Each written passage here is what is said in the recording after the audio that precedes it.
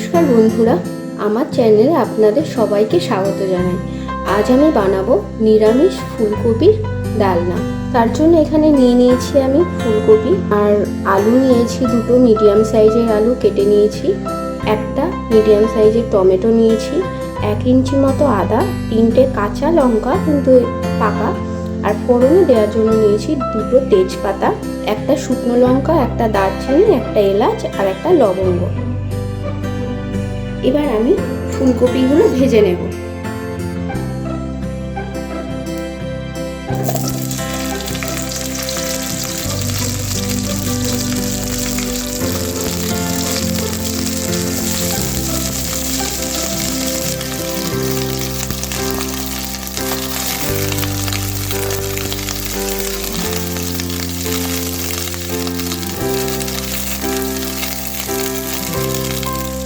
ফুলকপিগুলো ভাজা হতে হতে আমি এদিকে মশলাটা করে নেব। এখানে আমি আদা, লঙ্কা আর টমেটোগুলো একটা পেস্ট করে নেব। এখানে আমার পেস্টটা বানানো হয়ে গেছে। আমি ফুলকপির মধ্যে অল্প লবণ দিয়ে দেবো, তাহলে ভাজাটা ভালো হবে।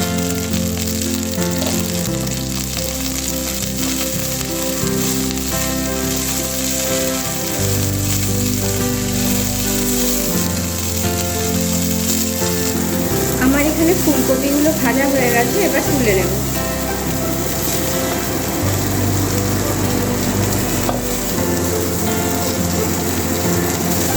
এবার আমি ওই কড়াইতেই আলুগুলো ভেজে নেব।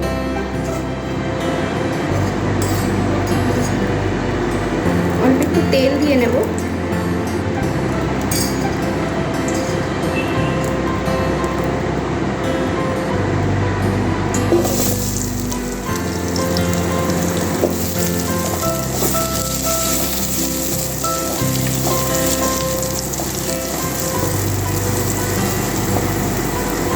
আলুগুলো ভাজার সময়তেও অল্প লবণ দিয়ে ভেজে নেব, তাড়াতাড়ি নরম হয়ে যাবে, তাহলে তাড়াতাড়ি সেদ্ধ হবে।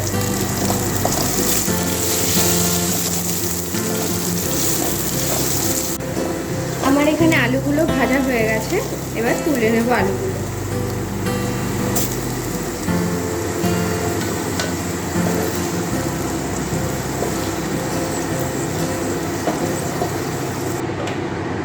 আমি এখানে আর তেলের ব্যবহার করব না, ওই তেলেই তেজপাতা, শুকনো লঙ্কা আর এলাচ, লবঙ্গ, দারচিনি যে রেখেছিলাম দেব, আর দেব অল্প একটু গোটা জিরে।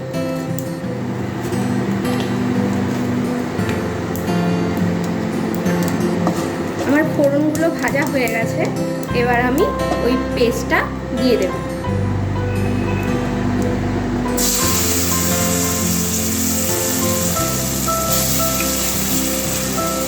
এবার আমি এক এক করে সব গুঁড়ো মশলাগুলো দিয়ে দেব। প্রথমে দেব স্বাদ মতো লবণ। আমি যেহেতু কপি আর আলুটা লবণ দিয়ে ভেজেছি।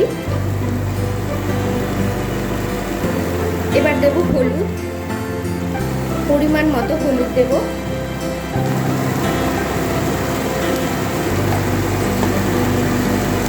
এক চামচ মতো জিরের গুঁড়ো দেব।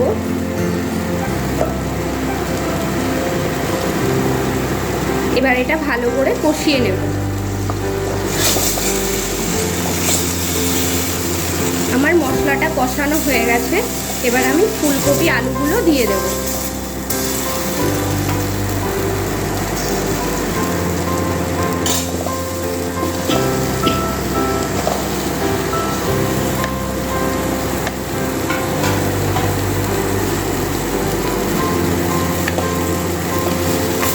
এইগুলো দিয়ে একটু ভালো করে নেড়ে চেড়ে নেব। এবার আমি জল দিয়ে দেব।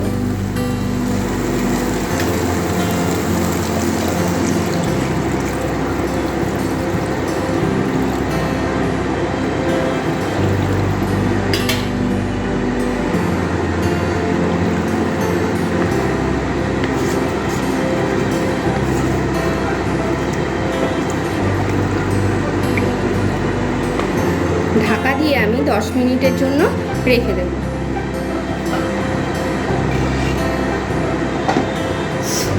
আমি এটা মিডিয়াম ফ্লেমে ফুটতে দেব 10 মিনিটের জন্য। আমার এখানে 10 মিনিট রাখা হয়ে গেছে। এবার খুলে দেখব কেমন হলো। আলুগুলো সেদ্ধ হয়ে গেছে। এই সময় আমি দিয়ে দেব একটু মিষ্টি, স্বাদ মতো মিষ্টি দিয়ে দিচ্ছি আমি।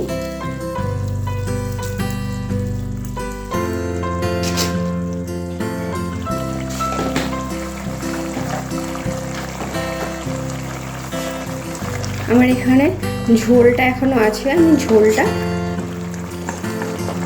টানিয়ে মাখা মাখা করে নেব।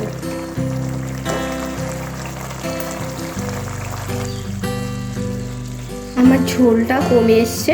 এবার আমি দিয়ে দেবো এখানে 1 চামচ মতো, ছোট 1 চামচ গরম মশলার গুঁড়ো,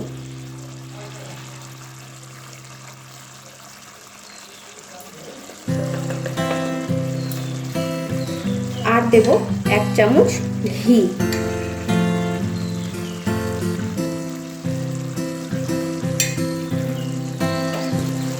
এবার আমি এটা নেড়ে চেড়ে নামিয়ে নেব।